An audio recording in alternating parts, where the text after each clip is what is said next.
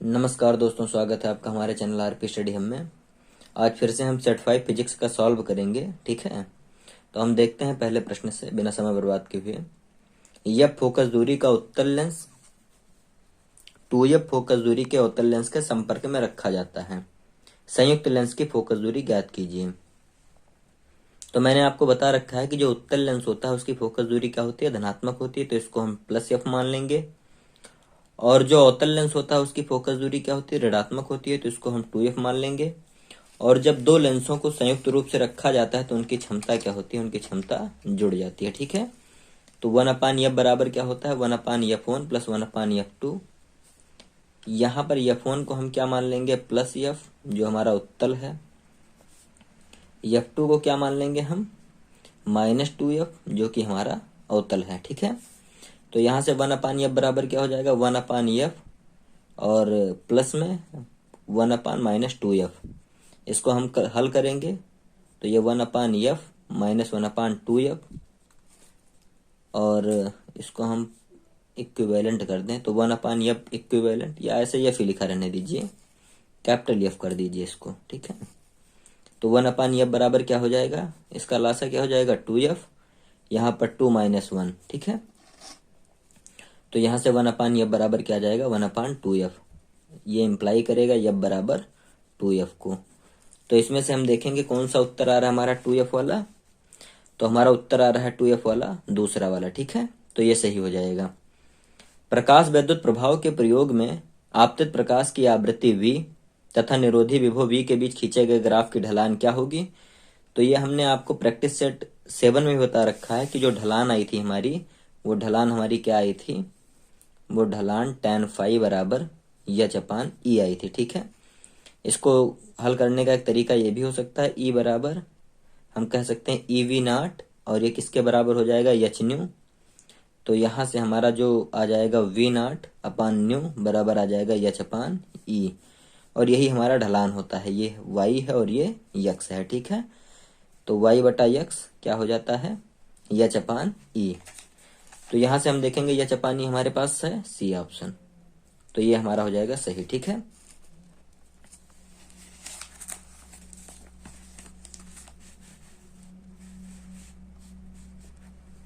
तीन नंबर प्रश्न हम देखते हैं कि प्रदर्शित पीएन संधि डायोड में कौन सा अग्रभनीत में है। तो अग्रभनीत में क्या होता है, माइनस वाला जो माइनस होता है, n होता है, वो माइनस से जुड़ा होता है, और जो p होता है वो प्लस से जुड़ा होता है। या फिर ऐसा भी हम कह सकते हैं कि जो निगेटिव होता है, जो n टाइप होता है, वो लोअर पोल से जुड़ा रहेगा, और जो पॉजिटिव होता है वो हायर वोल्टेज से जुड़ा रहेगा, और जो निगेटिव होगा लोअर वोल्टेज से जुड़ा रहेगा। यहाँ पर दिख भी रहा है, जो ये डंडी होती है ये होती है माइनस, ठीक है। और जैसे ये हमने बनाया तो ये जो होता है इसको हम कहते हैं प्लस। इसमें आप ऐसे देखिए, ठीक है, ऐसे। तो ये आपका प्लस होता है, और जो डंडी होती है ये क्या होता है, माइनस होता है, ठीक है। तो देखिए माइनस वाला किससे जुड़ा है, -10 वोल्ट से, और जो प्लस वाला है ये जुड़ा हुआ है धरती ग्राउंड में हम 0 वोल्ट मान सकते हैं। और वैसे भी ये पॉजिटिव आपको दिख रहा है, ठीक है। तो ये हमारा ज़्यादा वोल्टेज पर है, 0 ज़्यादा होगा -10 से, तो यही वाला ऑप्शन हमारा सही हो जाएगा। बाकी में देखिए ये पॉजिटिव वाला कम से जुड़ा हुआ है यहाँ पर, और निगेटिव वाला ज़्यादा से जुड़ा है, गलत हो जाएगा। यहाँ पर पॉजिटिव वाला कम से जुड़ा हुआ है और यहाँ पर टर्मिनल कनेक्शन कुछ नहीं दिया गया है, तो ये भी गलत हो जाएगा। और वही चीज़ इसमें किया गया है, निगेटिव वाले को ज़्यादा से जोड़ दिया गया है, पॉजिटिव वाले को 0 से, तो ये भी हमारा क्या हो जाएगा, गलत हो जाएगा, ठीक है।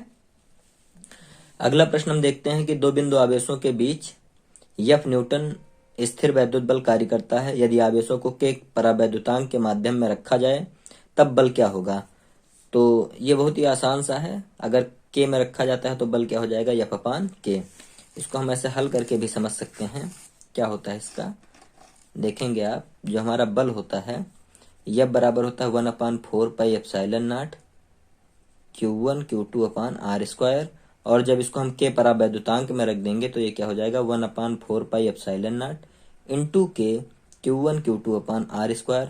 बाकी सारी चीजें आप देख रहे हैं कि F वाला ही आ रहा है, तो F डैश बराबर क्या आ जाएगा, F, और K बच जाएगा, तो इसको हम बट्टे में लिख देंगे, ठीक है।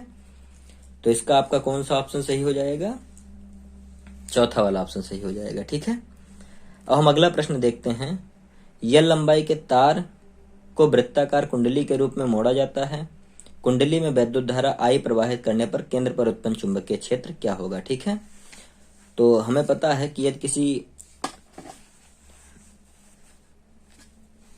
यहां पर हम इसको हल कर रहे हैं। ठीक है, यहां पर इस प्रश्न को हल कर रहे हैं। 4 नंबर प्रश्न है, 5 नंबर प्रश्न। तो यदि किसी कुंडली को हम तार, मतलब तार है और तार को हमने घुमा कर क्या कर दिया है, कुंडली के रूप में कर दिया है।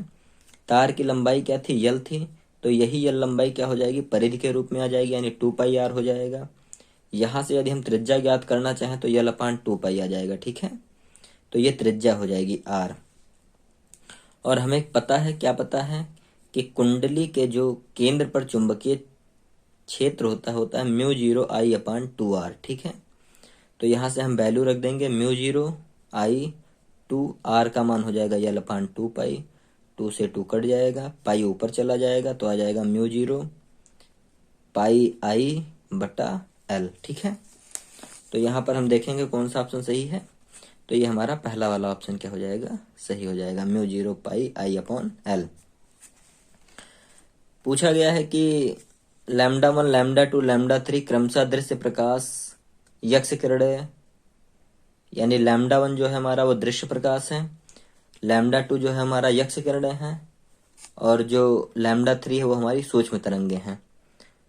तो इनकी मतलब तरंग दैर्घ्य है, तो क्या होगा, किसकी तरंग दैर्घ्य ज्यादा होगी, ज्यादा नहीं, लेकिन हमें यह पता है कि सबसे कम जो आवृत्ति होती है गामा की, और गामा के बाद जो होती है वो यक्ष किरणों की होती है। यानी यक्ष किरणों की तरंग आवृत्ति सबसे कम, आवृत्ति सबसे ज्यादा होती है, इसलिए इसकी तरंग दैर्घ्य सबसे कम होगी। और ये दूसरे नंबर पर है, तो हम इसमें ढूंढेंगे कि दूसरा वाला ऑप्शन किसमें लास्ट में है।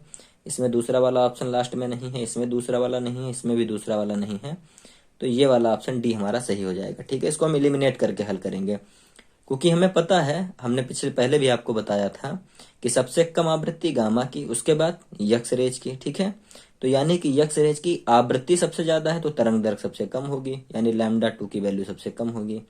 और ये भी आपको बता रखा है हमने कि जो हमारी सूक्ष्म तरंगे माइक्रोवेव्स होती हैं, इनकी तरंग दैर्घ्य बहुत ज्यादा होती है, क्योंकि सूक्ष्म तरंगों के बाद में रेडियो तरंगे आ जाती हैं, तो इसकी तरंग दैर्घ्य ऑटोमेटिकली सबसे ज्यादा होगा, यानी λ3 ज्यादा होगा। तो यहां से भी हम कर सकते थे, लेकिन हमारे पास 2 ऑप्शन था λ3 वाला, इसलिए एलिमिनेट नहीं हो पाता। तो एलिमिनेट करने के लिए हम क्या करेंगे, यही तरीका यूज करेंगे कि सबसे कम तरंग दैर्घ्य किसकी है, यक्ष किरण की, तो ये वाला ऑप्शन हो जाएगा सही। ठीक है, और चार्ट हमने आपको पहले भी बता रखा था। आइए 2-3 सवाल हम इसमें भी देख लेते हैं क्या है। ठीक है, वीडियो को हम लंबी नहीं करना चाह रहे हैं, लेकिन 2-3 प्रश्न हम इसमें देख लेते हैं। जर्मेनियम को पी प्रकार का अर्धचालक कैसे बनाया जाता है। तो जर्मेनियम में हम क्या करेंगे, 3 वैलेंसी का एटम ऐड कर देंगे तो पी टाइप का अर्धचालक बन जाएगा। जैसे एल्युमिनियम हमने ऐड कर दिया तो पी टाइप का अर्धचालक। ये वीडियो बीच में कट गई थी, तो एक बार हम फिर से बता देते हैं कि यदि त्रिसंयोजी हम पदार्थों को मिला दें, परमाणुओं को चतुर्संयोजी जर्मेनियम में, तो क्या बन जाएगा, पी टाइप का अर्धचालक बन जाएगा। फिर हमने आपको बताया था कि नाभिकीय विखंडन में श्रृंखला अभिक्रिया क्या है। तो हमने बताया था नाभिकीय विखंडन में किसी भारी नाभिक पर न्यूट्रॉन की बमबारी करवाई जाती है। तो जब न्यूट्रॉन की बमबारी होती है तो भारी नाभिक 2 हल्के नाभिकों में टूट जाता है, और एक न्यूट्रॉन मान लो दो हल्के नाभिकों में तोड़ रहा है, उसके बाद 2 हल्के नाभिकों में भारी नाभिक टूट जाता है और 3 न्यूट्रॉन निकलते हैं। 3 न्यूट्रॉन फिर भारी नाभिकों से टक्कर करते हैं, और फिर हर एक से 3-3 न्यूट्रॉन निकलते हैं, और ये अनियंत्रित चैन रिएक्शन बन जाती है।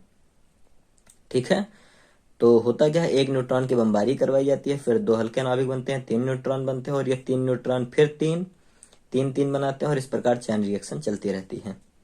पराबैंगनी किरणों के 2 उपयोग। तो पहला उपयोग हमने बताया था नकली नोटों की पहचान करना, और दूसरा उपयोग नकली दस्तावेजों की पहचान करना। ठीक है, फिर अगला प्रश्न क्या है, यदि प्रत्यावर्ती धारा का वर्ग मध्यमूल मान √2 एम्पियर है तो धारा का शिखर मान क्या होगा। तो I0 बराबर क्या होता है, √2 IRMS, तो यानी √2 इंटू √2 यानी 2 एम्पियर हो जाएगा। ठीक है, फ्लेमिंग के बाएं हाथ का क्या नियम था कि यदि हम अपनी मध्यमा, तर्जनी और अंगुष्ठा को परस्पर लंबवत रखें तो मध्यमा मतलब यदि जो बीच वाली उंगली है, यदि इस तरीके से कुछ पेयर बनेगा आपका, ठीक है। इसमें देखिए कुछ इस तरीके से आपका पेयर बनेगा, ठीक है। तो ये क्लियर नहीं हो पा रहा है, वैसे हम इसमें आपको बना कर बता दें क्या होता है इसमें।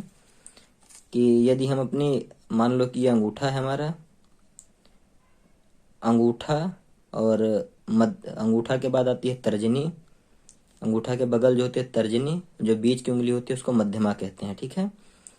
तो यदि मध्यमा हमारी धारा को प्रदर्शित करे और जो तर्जनी है हमारी, तर्जनी हमारी चुंबकीय क्षेत्र को प्रदर्शित करे, तो अंगूठा चालक पर लगने वाले बल को प्रदर्शित करेगा, ठीक है। तो वीडियो को न लंबे करते हुए हम यहीं पर विराम करते हैं, ठीक है। धन्यवाद।